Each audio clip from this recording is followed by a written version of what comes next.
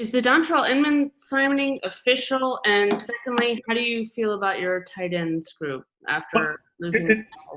It should be official this morning. I'm pretty excited about bringing a young man in like that who's got some playing experience. It's a young group of wide receivers we have, and anytime we get an opportunity to bring a player and has had success, we're excited about it. I feel good about the tight ends. I do.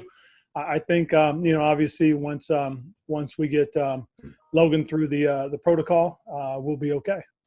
You've had the rookies in about 10 days now, I think. I'm just curious, kind of first impressions on Sadiq Charles specifically. Sadiq looked good. Big, athletic, strong, a young guy, raw, a lot of talent. I think he's a guy that, as he goes through the process, is going to build confidence. And I think that's one of the things too is you got to learn the language, and that's probably the thing that slows most rookies down from getting onto the field quickly. But if Sadiq can learn the language, understand the techniques that we're teaching, and be able to take both those things and mesh them together, I think we might have a pretty good football player. Although I'm real curious and interested to watch Geron Christensen. I think I think he's a very athletic guy who's gotten some opportunities and taken advantage of it. So I think we're going to have a real good battle at left tackle. I'm excited to watch that. How much does no offseason hurt a rookie, particularly an offensive lineman? Well, it depends on what they did in the offseason. This is the second time I've been through something when you don't have an offseason with your players. And the first time it was with a quarterback, though, a little bit different. But, that guy spent a lot of time with quarterback coaches, spent a lot of time with the people down at IMG getting himself ready. So I know Sadiq spent a lot of time in the offseason working his technique. I believe he went out and sought the help of a former player. Somebody had told me who it was. I can't remember. But so he had a pretty constructive offseason. He did a lot of positive things in terms of giving himself a chance. But again, I think the biggest thing more so than anything else is really just learning the language. And let's don't forget, we Zoom met with those guys, every day, 4 times a week during the off season. During what typically would be your OTAs and mini camps, and plus being a rookie, he got to do the extra time as well with our coaches. And speaking with the offensive line, obviously the left tackle and left guard spots are wide open in terms of the competition, but do you see there being competition anywhere else on the offensive line? You said that there'll be competition just because you guys want to see whoever will be the best player there. Just do you feel like there could be competition elsewhere on the offensive line where it's not obvious? That's a tough one because I really do like our other 3 positions. I think our center guard tackle situation is very strong coming into this. But they still got to compete. Somebody could come out of the woodwork and really push those guys. But that's a very strong position, the center to the right side of our offensive line. So we're pretty excited about seeing that group come together. Again, the big questions being the left tackle and left guard around. I think that's a great question in terms of, is there going to be the type of competition that you see on the left side, on the right side? I'm hard pressed to believe it because I really do like those 3 guys that I mentioned, the center guard tackle situation.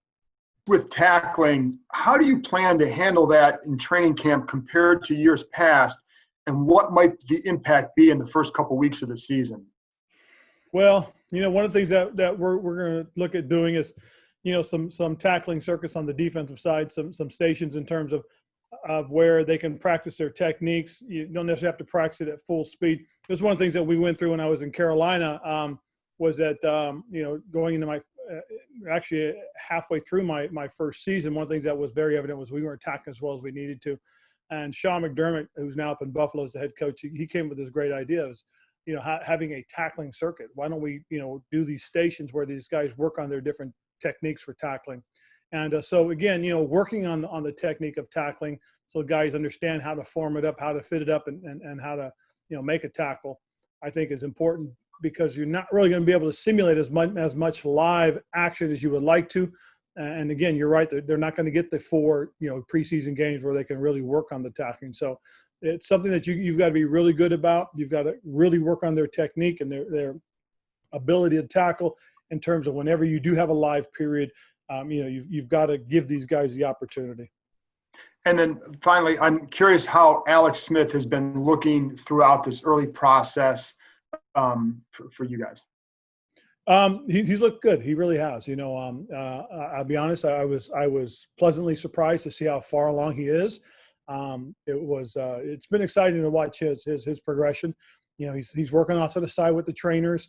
He's trying to mirror all the activity that the other quarterbacks are doing with Kenny and Scott Turner, and they get a chance. He gets a chance to work on all those techniques, and he's looked very fluid. He really has, and as a tribute to who he is, a tribute to his trainers and his doctors that have helped him to get to where he is today.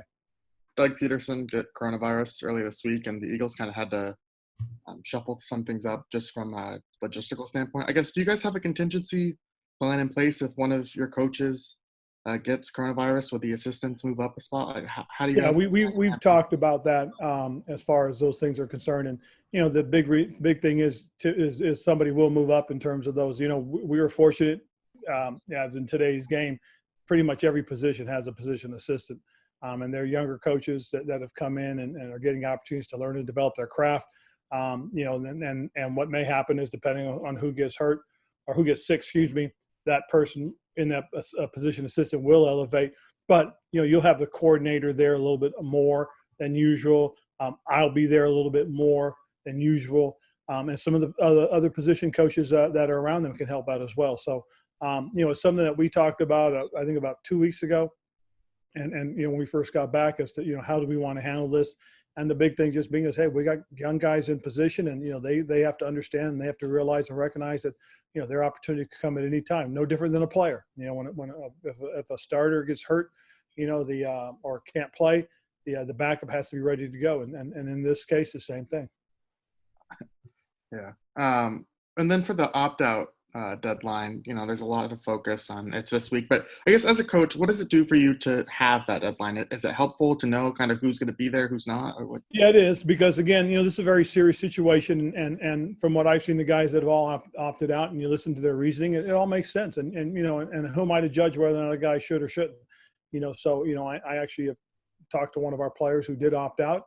And, it was very heartfelt. We had a great discussion, and I told him I respect his decision. And so he made his own decision based on himself and his family. And to me, that's important when you make those types of decisions.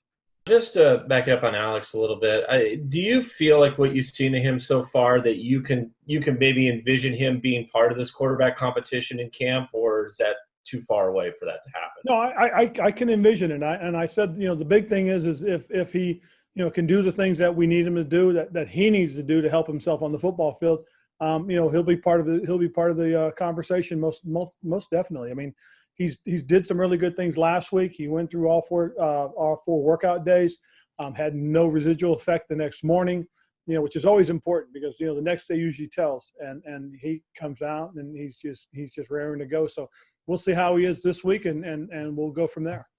Is there ever a point where it becomes maybe a problem, like it's too late in camp, and then it becomes you bring a competition in? Is there a drop dead point, or do you look at it that way?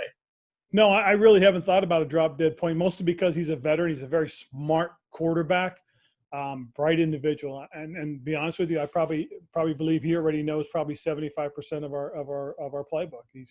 So for him, it's really just a matter of, can he do the movements he needs to do? Can he protect himself when he's on the field, more so than anything else? I mean, again, because remember, he's going to have to hand the ball off. He's going to have to drop back into the pocket, throw the ball. He's going to have to escape. And we have to make sure he can do those things and protect himself as he plays. With regards to Brandon Scherff, earlier in the year when we were talking about some other players with regards to extensions, you said that, as a new coach, you wanted to get to know these guys and have a chance to be around them in person to get a feel before you committed to them long term. Obviously, the pandemic took away that opportunity. But I'm wondering, how much did that factor into the fact that Brandon Scherff didn't get a contract extension, and how do you feel about the fact that you guys ultimately could not get one with him? Well, I think as we get to know him more and more, it really is one of those things where you feel more and more comfortable with a guy like that, and making a kind of commitment. He's been great. He's been here a little over a week. We've interacted with him on Zoom on the off season.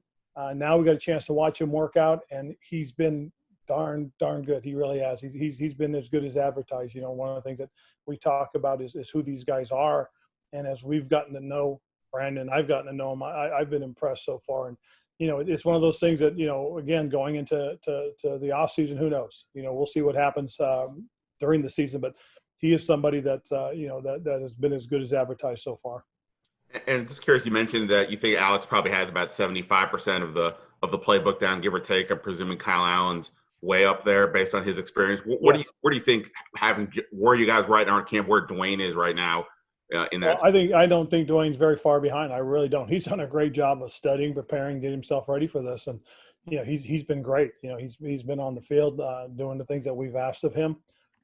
He's done the extra stuff that he and I talked about in the offseason. I mean, he's done the things that I think puts him right there where he needs to be at this junction of where we are in our training. Having only been able to do Zoom and now really had 4 days of work on the field. I think he's done a job that I think deserves recognition. So I appreciate you asking about that. You've long been a proponent of playing your younger guys and your draft picks kind of right away. Do you think this offseason could maybe force you to adjust that stance at least early just because you haven't had as much time with some of the inexperienced players? Not necessarily. Again, because it really just depends on how the players react and handle the situation they're in, their circumstances. It's going to be real interesting to watch how they develop and grow. Right now, I kind of told our coaches the other day when we had a meeting that we're really in the OTA phases right now. I mean, if you look at the way that we're allowed to work out with these players, we're basically in phase 1. We're going to be starting phase 2 shortly and then really getting into phase 3, which is really just before we start with pads. So we're going to have a good, probably a good 2.5 weeks of work that I feel simulate the OTA process, which I think is good because it, gives us an opportunity to work on the base fundamentals of the very basics of what they need to know. And then once we put the pads on, then we'll start to see where these guys are. I'm not going to sell any of our rookies short. I think some of them, have come out and done the things that we've expected them to do. They've caught our eye. They've caught our attention. And now the big thing will be, how do they handle the rest of it? Because one thing that always does seem to happen once you get into training camp is probably 2/3 of the way you start to see the overwhelming effect of all the material that you've given them, all the techniques you've tried to teach them. Fatigue starts to set in, and now it becomes the mental game of pushing themselves through. I think it's going to change. I do like the way the ramp-up period is. Again, going through these phases and kind of just simulating the growth. We're, like I said, we're pretty much in a phase 1 type of program. We'll be into a phase 2, and each time it's just another step as we gradually go forward. Towards determining who our team's going to be as we get into the first regular season game. And how do you avoid Antonio Gibson specifically being overwhelmed when he's working between 2 positions? We heard Randy Jordan say he's doing running back drills, receiver drills, kind of going back and forth between meetings. How do you manage his workload specifically? Well, I think the big thing is because what he'll be working on will be specific things for him. And as opposed to, trying to give him the entire volume of everything he needs to know, because, when he comes in, he'll have specific things that he does, whether he's getting the ball, whether he's a decoy or what, so it'll be as if he's just learning, the things that he needs to know, and then we'll grow him the rest of the way from there. Because, you can get into a situation with a guy that's going to play multi-positions for you, and it can become overwhelming. And, secondly, though, is he's a very bright young man. He really is. And so I think learning is not going to be his problem as much as just understanding and getting a feel for the pro game as opposed to the college game. Teams are saying that they're not going to have fans at the games this year. I'm just wondering how you get your players ready, or do you approach it any differently when you're going to play these games in front of an empty stadium? No, not necessarily, just because of the fact that, that's how you practice. That's how it's always been, so that's kind of the different thing about going from the stadium from the practice field to the stadium is, the practice field is, is pretty much remote. It's away from everybody. It's away from everything. You get to the stadium, and then there's that excitement factor that does kind of ramp it up. It's really going to be about how the players handle it, more so I think than the way we do. I just feel comfortable in knowing that, everybody's going to be in the same situation. Hey, Ron, good morning. Wanted to ask you specifically about Ronald Darby. Just what I was able to kind of watch last last year, it seemed like he was right in good position there, but just maybe wasn't able to completely close out. Do you think even more removed from all of his injuries in Philadelphia that he's like right back at that area where he maybe was at one point earlier in his career in Buffalo in terms of the ability to kind of close out on some of those 50-50 balls? You know, the one thing about watching Ronald, we had an opportunity to watch tape on him, and I like his explosiveness in terms of trying to make plays. He's got good quickness, good speed. You know, he does play with his eyes in the backfield on occasion, which gets him in a little bit of trouble. And, you know, as you look at it, some of his things go back to really just playing the technique a little bit better, being a little bit more disciplined. I don't think his skill set has worn any. I just think, again, I think it comes back to just trying to be a little bit more disciplined and making the plays that are there as opposed to trying to force certain things to happen. I think that's got him in trouble a couple of times. You know, he again, like I said, I don't see any deterioration in his skill set. And I just think that this is a veteran guy that knows how to do things, but has to understand how to do them within the framework of what we're trying to teach him. I think he has a chance to be a solid football player and be the guy that can help us.